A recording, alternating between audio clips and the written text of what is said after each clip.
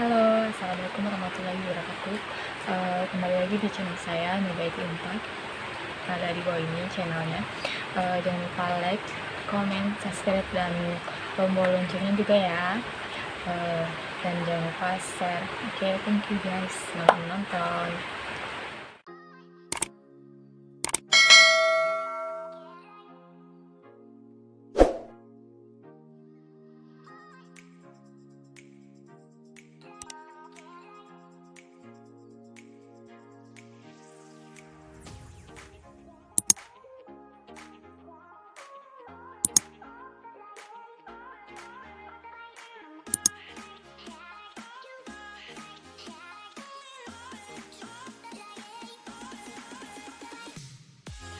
Pohon kelapa adalah pohon yang paling berguna di dunia. Setiap bagian pohon ini berguna dapat digunakan berbagai jenis kebutuhan untuk manusia.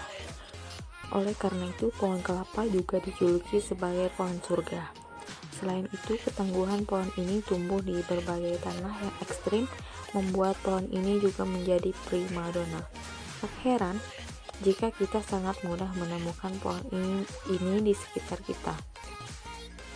Pohon kelapa sebenarnya ditanam di berbagai jenis tanah, namun tanah yang baik akan menghasilkan hasil yang tinggi ditanam tanah yang kaya akan bahan organik dan dengan pH berkisar 5 hingga 8. Proses perkebunan kelapa mulai dengan 1. Persiapan penempatan lahan.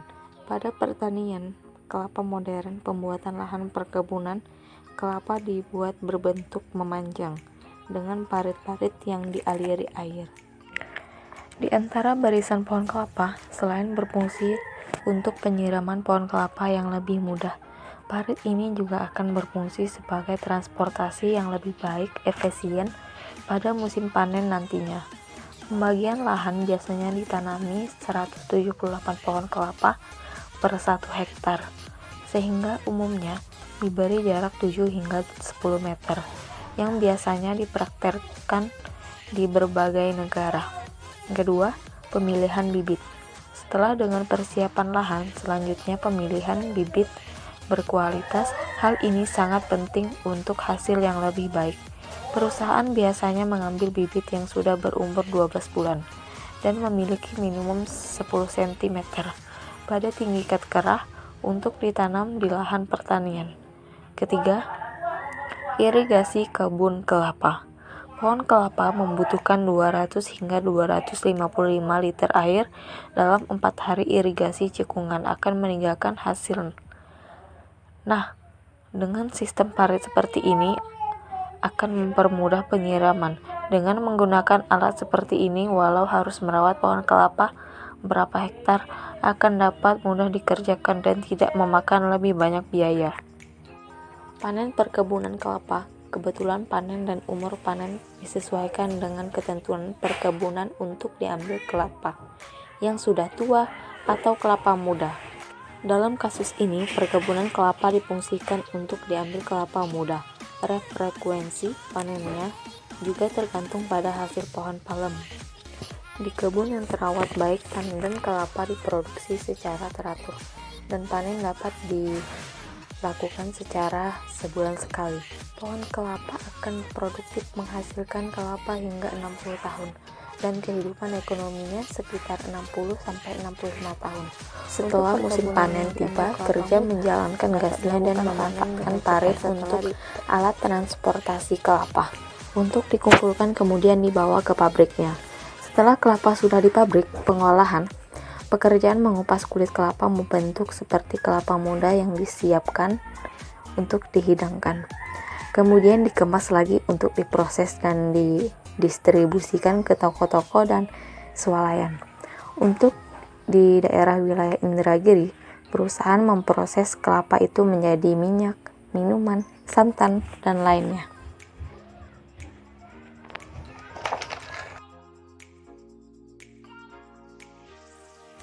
Inilah suasana Kabupaten Indragiri Hilir Tembilahan yang dipenuhi dengan 1000 parit atau sering dikatakan dengan negara 1000 parit, yakni Tembilahan.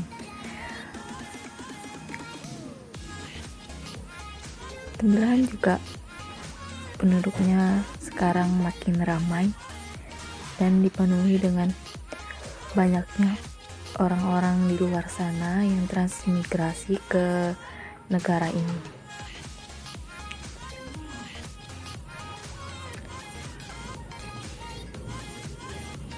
Indragiri Hilir juga memiliki berbagai banyak desa, termasuk desa saya sendiri, yakni desa Kecamatan Planggeran Besar,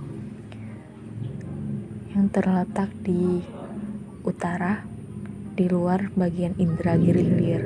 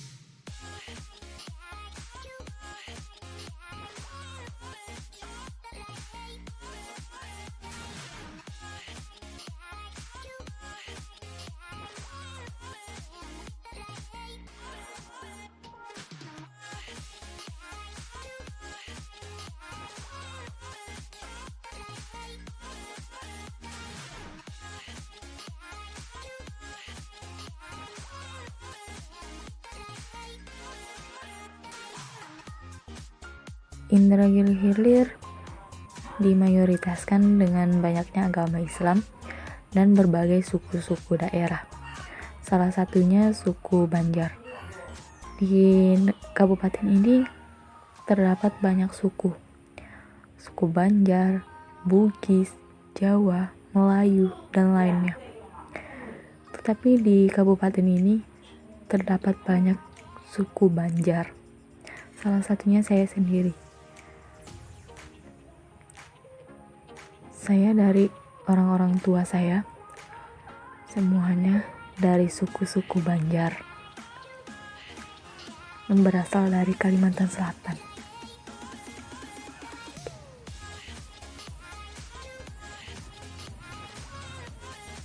Suku Banjar itu suku-suku orang-orang Bahari atau orang-orang dahulu.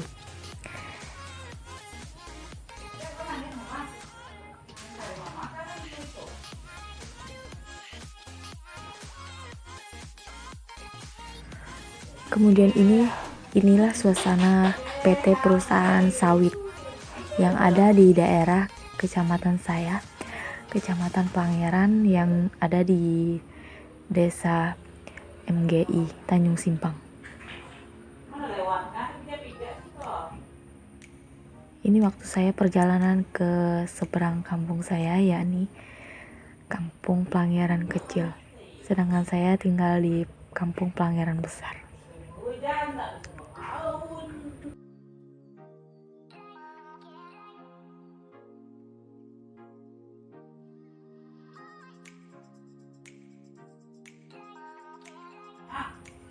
Ini suasana di Pelabuhan Lasdap Tembilahan, yakni di speedboat akan menuju perjalanan pulang kampung Planggeran Besar.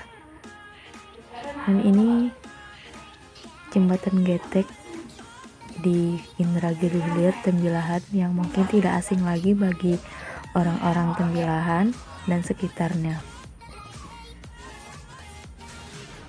Jembatan terpanjang di Tembilahan.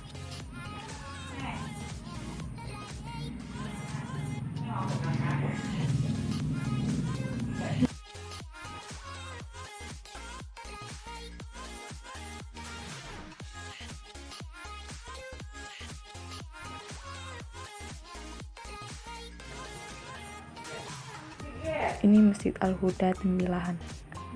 Dan ini suasana Kecamatan Planggeran Indragiri Hilir yang terletak di utara, bagian utara.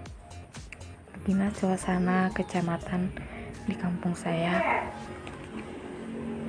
yang kecamatannya terletak di luar Indragiri Hilir, mungkin bisa dikatakan ujung bagian utaranya.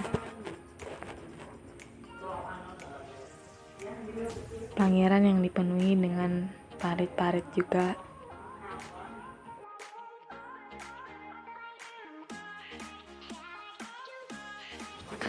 Dan ini ada terlihat pantai, sebuah pantai di Pangandaran, yakni Pantai Lumpur guys. Ayo guys, yang penasaran dengan kampung saya, ayo mari monggo ke kampung saya di Kecamatan Pangeran, Indragiri Hilir, Temilahan, bagian utaranya ya guys.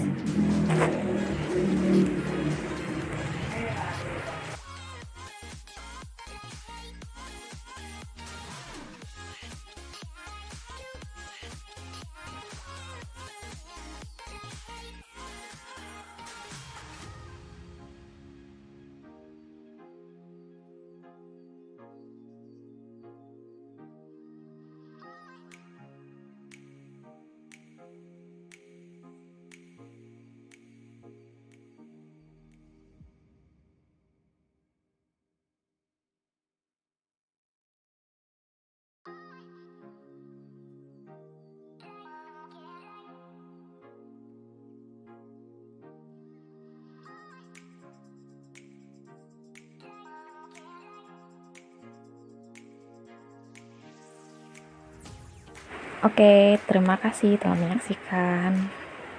Sekian dari saya, lebih dan kurang saya mohon maaf.